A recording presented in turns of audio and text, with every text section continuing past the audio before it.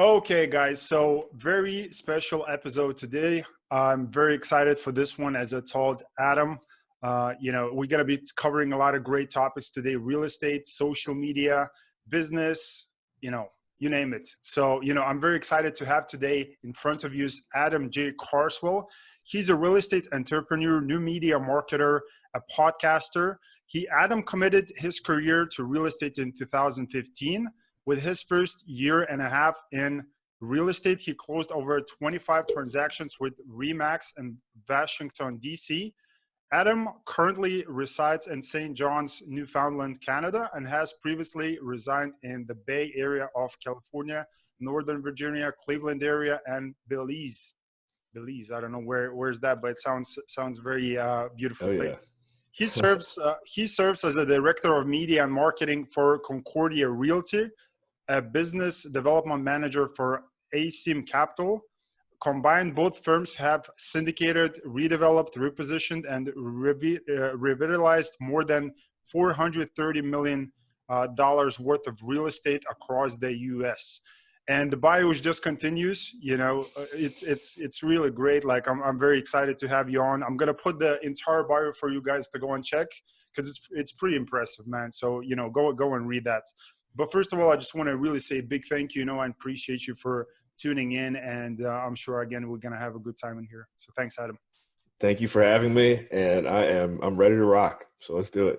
Awesome. So again, for the people who are watching you kind of first time, like as I told you before prior to interview, I love discussing with people just like yourself and exploring the stories. How did they achieve the success that they have currently, and discuss and go more into depth, like where they plan to go even further.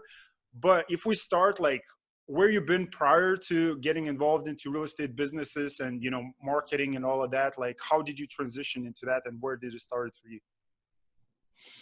I'd say the light bulb for me first came on in regards to my interest in real estate around the time frame that you referenced there, 2015, 2016. I realized that the company I was working for at the time, which I also must say, looking back on it, so I used to work for Sherwin-Williams paint company, and I managed stores for them. And recently I've been having flashbacks to my time at Sherwin-Williams, and I do have to say I'm very grateful for that. Everything I learned at that company, it's a great place to go and be trained. And that's basically what happened to me. I was trained as a professional through Sherwin-Williams, and what ended up happening was I just got to a point where I realized if I continue on this career path, the people that I look up to, who are also very successful, and again, I look up to them, they are still working just as hard as me on a weekly basis. And I just, not at all that I don't want to work hard. That's quite the opposite of where I believe I'm at right now. But I want to be able to like work hard, work smart, and put myself in a position where I can live a life on my terms. And I didn't really feel like I was able to live life on my terms when I was working for a company like that. So that's when the light bulb came on. I decided I wanted to go into residential real estate at the time because that's the only thing my mind could even comprehend as far as going into real estate. It's funny, once you start going down the rabbit hole of this industry, you kind of go from like interest in residential to like wholesaling and fix and flips, and then you get into multifamily, and then if you're really like just a geek and you just keep going down the rabbit hole, next thing you know, you like I'm in retail real estate now, and mobile home parks, and self-storage facilities, all these different asset classes that people would never even consider going into because you don't really know like where to start. And I'd say, thankfully, Hunter Thompson, who I work with at Asym Capital, teaches the Cash Flow Connections mentorship program. And I was a part of the first ever group of students to come through that program. It changed my life. It opened my eyes to really the world of commercial real estate and commercial real estate investing in particular. So I fell in love with it and just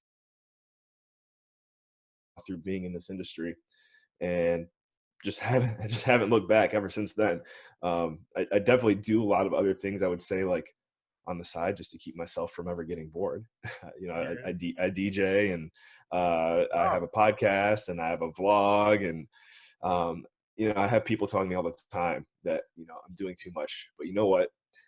That's just me. All right. So you have to deal with it. But most importantly though, I would say, my main focus is in commercial real estate, and I have to give huge credit to that mentorship program, because that's ultimately what introduced me to Asym Capital and Concordia Realty, which, those are the two entities in which I devote 80% of my time too on a weekly basis. Got it. Got it. Yeah. Cause when you spoke about DJing, cause I just looked at the bio, I thought, if this is included or not, I don't think I maybe, put it in there yeah, yeah, yet. maybe we can put, a link where people can get, discounted tickets to your next concert or something, All right. that would be awesome. But what do you think, like, cause you're very serious. Like if you're going, DJing professionally, like in a clubs or, whatever that might be, you still pretty take it serious, right? So, can you just elaborate on like for people, you know, diversifying your time across like different things? Like, how do you find the energy, first of all, to do that? And would you recommend for somebody who's looking to get involved into real estate, still like, oh, I like to go fishing, I like to do that, like those things, or they should just kind of focus on one thing instead? I think it's really important. Again, as I mentioned, for me, I do it because if I was just doing the same, for me, if I was just doing the same three things every week, I would hit a wall much quicker. Mm, Having all these different activities that I can, turn to and do for the most part, when it's convenient for me, it just keeps life interesting. So I would say the fun part, probably the most fun part for me about DJing is, I look at, so I normally play twice a month here in St. John's. Every now and then I'll play a little bit more. And, have these conversations with people, and the conversations start getting a little bit more like financial focused, and you start talking about the money that you're making as a DJ. yeah. And I always love to just be able to turn to whoever it is and be like, hey, like, you know what? I'm really not in this for the money. Like, I just want to go somewhere where I can play my music loud and I can dance and everyone else can dance and we can have a good time.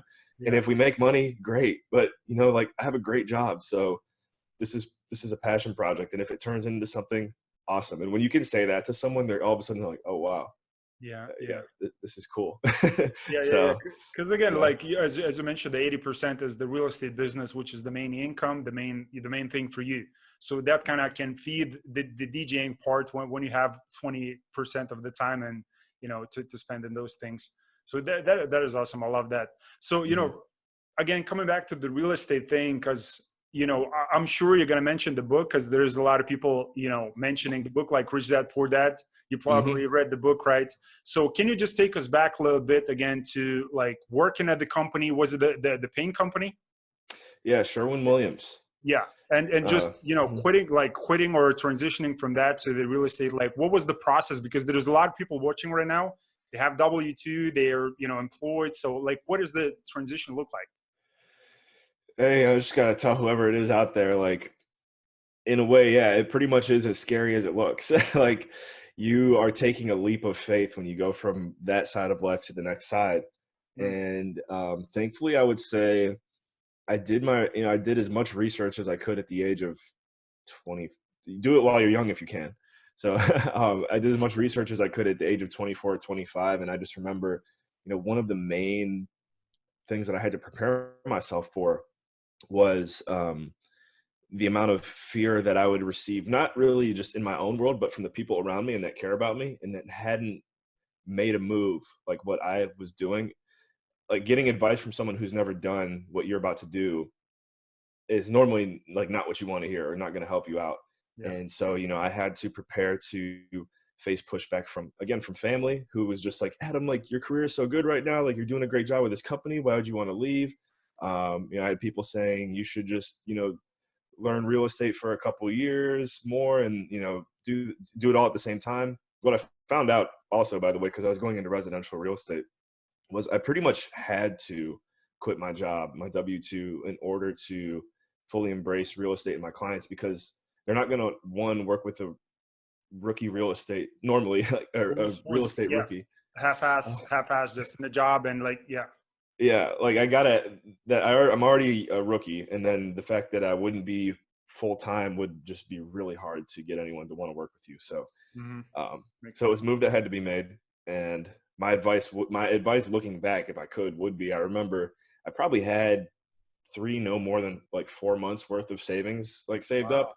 Scary. Um, but yeah, I should have. I think I probably to make myself feel a little better. I probably should have had 6 months, but Hmm. whatever. Like, I picked the date that I was going to do it, and I'm like, I'm sticking to this date no matter what. So I'll Commitment. just never forget that. And yeah, it's scary because you just wonder, like, where how am I going to provide for myself now? I've never, you're in a position where you, Have to uh, make money. yeah, you got to eat what you kill. And Yeah. that's not how we're like growing up. That's really not how we're conditioned through the educational system. Yeah. We are all really programmed and conditioned to get a job that requires us to, pay our taxes and just do the American dream thing. Yeah. And I would say there's definitely nothing wrong with that, because there is a lot of security in it, and it's right for many people. I think for me, I just always had this burning desire of like, man, I want to do what I want to do all the time, at least when I can. So that's where it all kind of started. That is awesome. That is a great story. And, thanks for sharing that, with people. Cause again, it's a tough, like Are there's we a lot doing of people, some there's a lot. connectivity issues maybe? Oh yeah, yeah. No Which is worries. No worries. probably my fault, because I'm on an island in the middle of the Atlantic Ocean. Wow. That's beautiful, man. That's beautiful. We can exchange places anytime, if you want to. Okay. So listen, like it's great story. I love that, because there's a lot of people right now who are looking to get involved into real estate, what you mentioned, like residential, commercial, multifamily, whatever that might be, retail. So maybe you can like talk people, if you, take us back to getting involved into this, residential like business. Like what was the first impression for you? What did it take for you to succeed in that space? And like, how did you transition from that to another space as well? Getting started with residential, it like, okay, so, and this is actually what I love the most about our industry, whether you're in residential or commercial, it is, from what I've observed, the most relationship driven business that currently exists. Like almost any deals that I've ever been a part of or have seen take place are normally because like somebody knows someone. Like there's just a bunch of trust already established because of Mhm. somebody knowing someone. I'd say probably 90% of the time in this industry, from what I can see. So if you also haven't already noticed, and we're just joking and smiling with each other right now, like this is what I love to do. It's like get to know you, Martinez, and just talk and make friends. And there's the old phrase or the old saying, "Let friends buy from friends." And I just found that to be true. And so when I first got Definitely, started, I'm definitely gonna buy something if that's gonna be in a Pacific Ocean where you are currently. Atlantic. Atlantic, yes. But I got you. Like, and that's anyone listening right now. If you ever want to visit Newfoundland, I just can't say enough about how much I love this province. There's nice people all around the world. I've been around the world a good amount, but I've never found so much hospitality like what I've got here. They're just great people. Wow. So come visit. Food's good, and everyone likes to. If you do like to like party or drink or whatever, like they'd like to do that here too. And we have a local DJ to do that. So And you got a DJ. So, but no. So talking about with real. So yeah, I just remember the first chunk of business that I ever got as a residential realtor was through my Rotary Club. And thankfully I was a part of a Rotary Club. I was advised by a mentor at a younger age just to get involved with the community. Rotary is a good way to do it. So at age like 23, I joined the Crystal City Pentagon Rotary Club, which I'm still a member, even though I don't live there. wow. And yeah, like a lot of my first few transactions came from people that I knew in Rotary, who are all, again, like, twice my age. So for all the youngins out there, go find a Rotary Club. Yeah, yeah, yeah. Great advice. So thank you for that again. Again, I love the transitions. What like a lot of people, like from outside, like in my circle, saying like, yeah, like if anybody wants to get involved into the business, take it like step by step. I don't know, like invest into like let's say a duplex or get involved in the residential space and kind of build it up to commercial and retail because those are big deals, right? Like multifamily. So maybe you can talk a little bit about multifamily and, what was like the good thing, the bad thing, like what did you learn in there, because you learn a lot by, being in residential business. What did you learn being in the multifamily business as well? I think and I would say being associated with multifamily, it would be wrong for me to say that like, I'm fully focused in it or I'm an expert or that I am, that's my main focus. Mm-hmm. I've been around it enough though to know that, well, the first shortcut that I would like to provide for anyone listening or considering multifamily for the first time, and this just is what I've observed from seeing other people in the business, Mm-hmm. you can jump from being a single family home investor or someone who's fix and flip, like doing fix and flips, like I said, wholesaling. There's like that whole residential sector that you can really, again, just jump past if you know someone who knows what they're doing in multifamily, because, sometimes you don't even have to be an accredited investor to make a contribution to a deal. I mean, if you've got even, probably say, for example, 20 grand in savings and you're not accredited, there are, companies out there that will work with you, and you can, instead of putting 20 grand down towards a house, you put 20 grand down towards, a complex with, and so actually someone that I do trust, again, see, this is validating why I love this business and the trust. So everyone listening right now, if you are, because I'm thinking if you are accredited, then you probably already know which directions you can go. If not, talk to me, because we've got some opportunities at Asym. But if you're not accredited, because we don't work with non-accredited investors at Asym or Concordia. So if you're not accredited, my friend Ellie Perlman of Blue Lake Capital, she's based out of Santa Monica, California. She does work with non-accredited investors. And that could be an opportunity if you were, again, like I said, if you had 30 grand saved up and you're getting ready to just buy a rental property, reconsider looking into a multifamily deal with, a group of investors. Yeah, definitely. Here we go. So shameless plug. Ellie Pearl. Yeah, I know her. I never had her in the show. So again, Ellie, if you're watching this, please, we need to get in the show. She's phenomenal. I love what she does with the company, and she's just phenomenal. There's not a lot of, ladies. I'm going to be actually talking with another lady in multifamily space right after we're going to, wrap this up. Which I hope it's not going to happen fast, because I love talking with you, man. So you're a good vibe. So, I appreciate that. Who's the wait, real quick, who's who's up next? Who's the other lady? I might know her.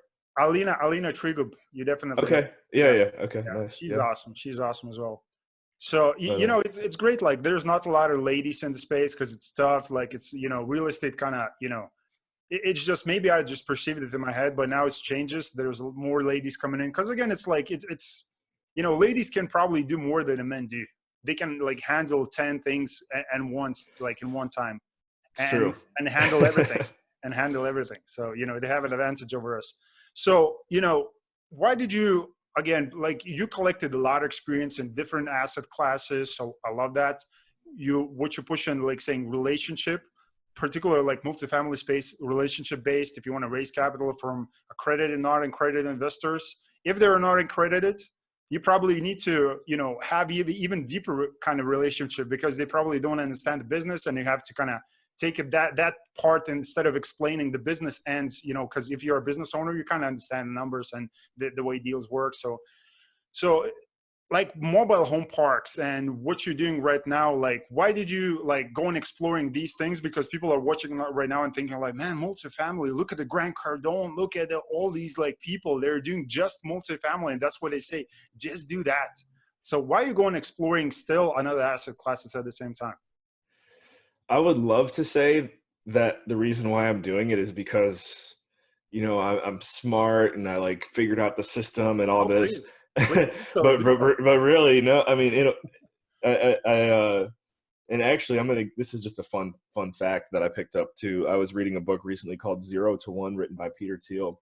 And one interesting observation that he put in there about like some of the world's biggest entrepreneurs ever, at least within the past 100 years, like he uses Steve Jobs as an example, and Bill Gates and a few of these other guys. And he says, people always ask those guys, how did they do it? And they always like to just say they got lucky. And clearly that's probably not the case, but if that's what those people are saying, I'm going to start saying all the time, I just got lucky, But no, in a way I would say I got lucky because I just knew I wanted to get in commercial. And then I kept connecting the dots. And then the people that I built relationships with, these just happened to be the asset classes in which they were knowledgeable in. So it wasn't like I picked out. It wasn't planned. But I found myself in a great spot, especially with mobile home parks, even like 2 years ago, because they're starting to get a reputation now for actually being like a pretty good asset to cash flow and invest in. But even 2 years ago, it was kind of like, what? Mobile home parks? You can actually make money from those? And so being in a sector that has that stigma, including retail real estate has a stigma where like Amazon's going to take everything down right now, which I would say certainly is not the case. The main thing is retail is evolving, and the companies that are going to be successful moving forward are the ones that know how to evolve. So anyways, that's why I've gravitated to these other asset classes. It's pretty much by luck, but it's cool because they're protected by this stigma. So that way, when it is time for the cycle to come back with them, then all of a sudden it's like, hey, Yeah. The I'm an luck, expert. the luck. I love that. The luck. So, somebody said that the harder I work, the luckier I get. So I think Yes, that's a good one. that's the case for you as well. And I just spoke not long ago with Ryan Groen. He's multifamily, not multifamily, mobile home investor as well. And he Okay. like lay down everything, why is it good to be invested in that asset class in particular? I mean, they're not building any more mobile home parks. Well, it's like, if they It's are, really hard. yeah. So it's going to become more and more like people will want it, like definitely Mm-hmm. the future. And, like what's going on in multifamily space, if somebody wants something, they're going to definitely overpay for that. So Right now, yeah, you're right. yeah. So, okay. So coming back to the personal development, and I know you probably behind the scenes, you did a lot of work, when it comes to your own personal development, and like, if you just explore that, because I would love to hear like what did you do? Because again, being an employee and being a business owner, like it's two different spectrums, and the mindset different, thinking is different. So what did you do like for yourself personally to like go from that point to the business person, mindset? Can I just say you're asking some really good questions. I've been on I'd say a good amount of podcasts so far in my career now, and these are some like you're doing a good job. Thank you. So personal development wise, again, I think like for most people, it all started. I look back after I finished school, didn't want to touch a book or learn anything for at least a year. I went to grad school too. I got my master's, and so after that, it was you're just tired. You're like you've learned so much for the past 13 years of your life, whatever. You just don't feel like, at least for me, I didn't feel like reading.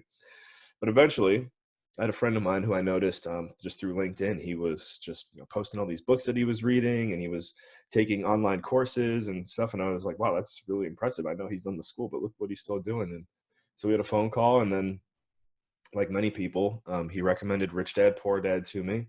And then I started looking into a lot more books that kind of focused around the concept of abundance. One that's really popular is a book called The Secret. I've read the book The Secret like the audio book I've probably listened to it like 15 times, and there's another one called The Science of Getting Rich, which I've probably again listened to. That's a quicker read, but I've listened to it, read it, whatever, 20 plus times. And those were the books that kind of like served as the cornerstone for me to start thinking outside the box and getting more spiritual and realizing that whatever it was that I wanted to create in my life was pretty much my responsibility. And I had no one else to point fingers at except for myself. And so if you want it, go after it. So self-education, thankfully at what I would consider a young age, around like 24, 25 is what started it. And now it's basically it's an addiction or something that I know that I need, and I can't stress enough to especially people younger than me. Yeah. As crazy as it might seem, especially if you're still in school right now, because I know that's how it felt to me. Like, just get your hands on some of these books that I just mentioned, and it can really give you a huge advantage moving forward. It will make a like total difference. I mean, the world is going to be different to you once you're going to start doing that, because like I never saw myself that this is available. I didn't see, Adam, I didn't see like real estate. I didn't see the business. I didn't see that. I didn't see all the wealthy people. I didn't even know these books existed. I thought Right. like, when somebody presented me the book, it was again, Robert Kiyosaki book, but I think it was Cash Flow Quadrant. I was like, man, like there's like, it's a different world. It exists, because I was always looking. And like, if you're looking, definitely go and grab the book, because it will give you a lot of answers, like mentorships, join every available source of, knowledge available, like on the, media level, like social media, on the internet, like go and grab, offer, coffees for people, do whatever, just tap into that potential that you Listen to have. this show. Yeah. Listen to this show. Listen to my show. Yeah, exactly. Yeah. His show is phenomenal, guys. You should go and check it out. I'm going to put all the links down below, as always, as you know. So, it's definitely a game changer. So coming back to the media thing, because I'm just looking, you've been a director of media and marketing for Concordia Realty. So you still work with them? Yes. Yep. Got Just had a phone call with managing principal Michael Flight earlier today. Got it. Okay. Yeah, I heard Michael Flight somewhere. I heard the name. So okay. So maybe you can explain like people, what do you do like for when it comes to the media marketing for this, real estate company? Because like real estate is a little bit outdated space, right? A lot of businesses using media and marketing, approach, but real estate business is kind of like, we don't need it. We're gonna do the old school approach. So like, what do you do for the company on a day-to-day basis? I'd say my main priorities is to simply just make sure that from a digital and again social media perspective, anyone who's going to do some research on Concordia Realty, to make sure that when they look us up, everything is linear, everything matches, everything. You can tell that we're working on projects that you can tell we're alive. Now we have a pulse, because as you mentioned, a lot of real estate companies out there, you don't even know that they're there. Are you on And Instagram as well? Concordia Realty, we're building our Instagram right now. Because I want to I'm look it up. I want to look it up. LinkedIn and Facebook, and I Got would it. say, that Instagram has been a little bit of a challenge. Just I'd say for most people in our industry, and I'd say thankfully at Asym, we are doing a pretty good job of developing Hunter's personal brand, Mm. which I got to have this conversation with Michael, because Hunter's going to be around the game for the next 20, 30 years. Michael's in his 50s, so I'm not sure how long he wants to keep his face on Instagram if we got to put someone else as the face of the company. But either way, if anyone out there has a company and they're looking to build for the future, now is the time to establish your Instagram presence, because people Yeah. like myself, age 28, 29, 30, that's likely going to be the platform that we continue to use as we get into our older years. Yeah. So that's interesting and something to keep in mind. But go ahead and look us up on Facebook, LinkedIn. That's where we're most active. Another thing, for example, we have financial models. We do a process with retail real estate called lease abstracting. And there's another, for example, I just recorded 3 videos basically for training our incoming staff on how we manage and do our processes. And, that was, again, what I would consider a video media project. It was internal. And if anyone out there wants to see these videos, probably got to pay us for it, because it's like all of our secrets. But, that's a little bit of what I do. I'd say the other fun thing is, a lot of the times Hunter, Michael, and I, we have conversations, and I have, designated roles throughout the week, throughout the month, throughout the year. But at the end of the day, the best way to really describe my role with both companies is, like a modern day apprentice. And, they're delegating the tasks that are a little bit like tasks that they could do, but would take up way too much of their time. Give them to me, and then they go after the big fish. Yeah. Well, you're gonna be kind of on the back of the big fish with them, So Right. Yeah, you're exactly. going with the same flow, so you're gonna go same places. So Oh, talking yeah. about same places, maybe you can share, because again, like 2020, kind of brand new year still, like March, still fresh, still have the goals in front of you, right? Oh, Still yeah. letting Got them quit right on it. here. Got them right Here, here. here we go. I knew we're talking one of the, go-getters, so definitely. So, maybe you can share like with the people, again, having all the success that you accomplished so far. And again, like, I admire, man, like what you do, the stuff, because I see you all over the place, again, on the media. Like, Thank you. I see you like doing your thing, with the podcast and such. And guys, go and check it out. Again, I told you. And, can you share like 2020 goals, what you're planning to accomplish for your business this year? Yeah. Let's see. I'll share some of these here. Some of them are a little bit personal, but I'll give you some good ones as well. This is just a fun one. And someone asked me this the other day. And are you familiar with a country in Africa called Namibia? Oh, yeah. Yeah. Okay, cool. Now, most people do not. I'm impressed. But basically there's somebody that I know. What's There's a that? big desert in there in Namibia. Yeah, there is. It's Yeah. for anyone wondering, it is northwest of South Africa. It's the country to the northwestern border. Um, so there's a lot of projected growth in the continent of Africa, and especially the African countries right now. If anyone listening is familiar with Doug Casey, also known as the International Man, you can go to internationalman.com and learn a little bit about this guy. Mm-hmm. Doug Casey's been to like over 150 countries. He's lived in like over 10 countries. He's like the world's most interesting man. And I think he's in like his 70s now, so he's a little bit more laid back, just writing Wow. books. But I got the privilege of meeting him a handful of times, and I'll never forget hearing him on an interview like 2 years ago say that if he was 30 years old again, he would pack up everything that he had and just move to Africa. And I remember when I heard that, I was like, that's so interesting. I wonder why he said that. So when I caught him and I asked him why he said that, he still didn't give me like a detailed answer, but he was like, if I could recommend one country for you to go to, if you want to do that, he's like, go check out Namibia. And so I'm like, all right, I believe this guy has a good feel for the world. I have no idea what opportunities might be lying there, but it's just something that I want to do to just go see what's there. And they speak English there, so that's helpful. I want to start writing, or maybe even complete writing a book this year. Speaking of books, earlier, I think we were about to talk about this, but Hunter Thompson has written the book Raising Capital for Real Estate, which is really just blowing up across our industry right now. A lot of people in the Best Ever Conference got some free copies over there. Yeah, did you get one? No, I wasn't there. Okay, we still got to get you one. Make sure we do that. That book is definitely you can call me biased or whatever, but it's the playbook for raising capital over the next 10 to 15 years. And it just goes through, it's a great book because Hunter did a great job like telling his life story and educating with like hard facts and data. So go ahead, check that book out. That's what inspired me to write a book this year, because I've just seen what that book has done for our business at Asym, and then also Hunter personally. And it was just like, wow, it's going to be worth it to write a book. Yeah. Let's see what else we got here. I'll give you a couple more. One I'm getting close to here next month in April. So fun fact, I host another podcast called the Lieberland Show. And Lieberland is on paper right now, I guess you could say, according to the United Nations, is a micronation in Eastern Europe.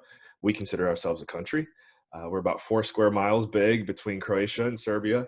There's a whole backstory as to like how this all happened. Yeah, I don't know how much time we got.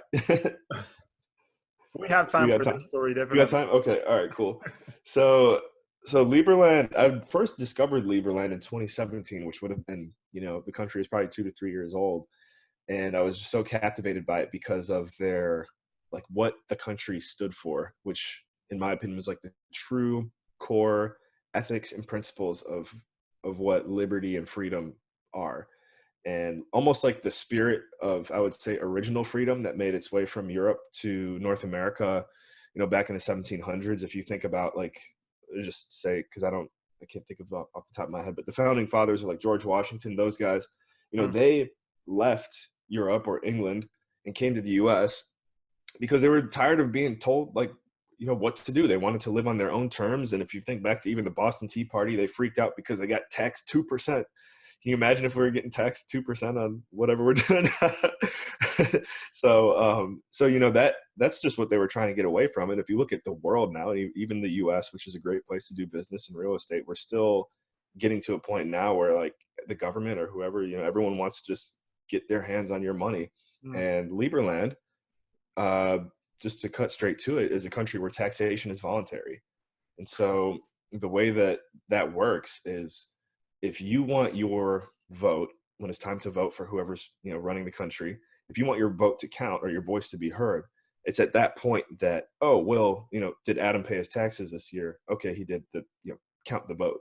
If I didn't pay taxes, but if I don't care who's running the country, then we're good. So it's an ideal hub for entrepreneurial and economic growth, and we kind of envision ourselves to be like the next Singapore, Hong Kong, Monaco type of thing. So I went to a networking event when I was living in Washington DC like a little over 2 years ago, and Lieberland was there. They were in town. They're like, hey, we're going to be in town. If anyone wants to meet up with us, send us an email.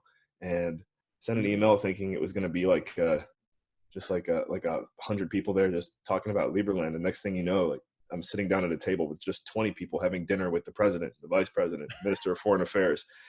And I was just couldn't believe it. And I was like, hey, do you guys have a podcast for the country? And they're like, well, someone started one, but they never really followed up with it. And I was like, well, hey, I have my own show. If you guys are looking for someone to host the Lieberland Here you go. That is So boom. crazy. And I'm actually Googling it, the Liberland population, and it shows estimate 0. So It's that's how more than small, that. that's how It is small more it than is. that. It's minus Well, 20 actually. really, that's hilarious. No, there's over 500,000 applications for citizenship right now. I think 600,000. And That's amazing.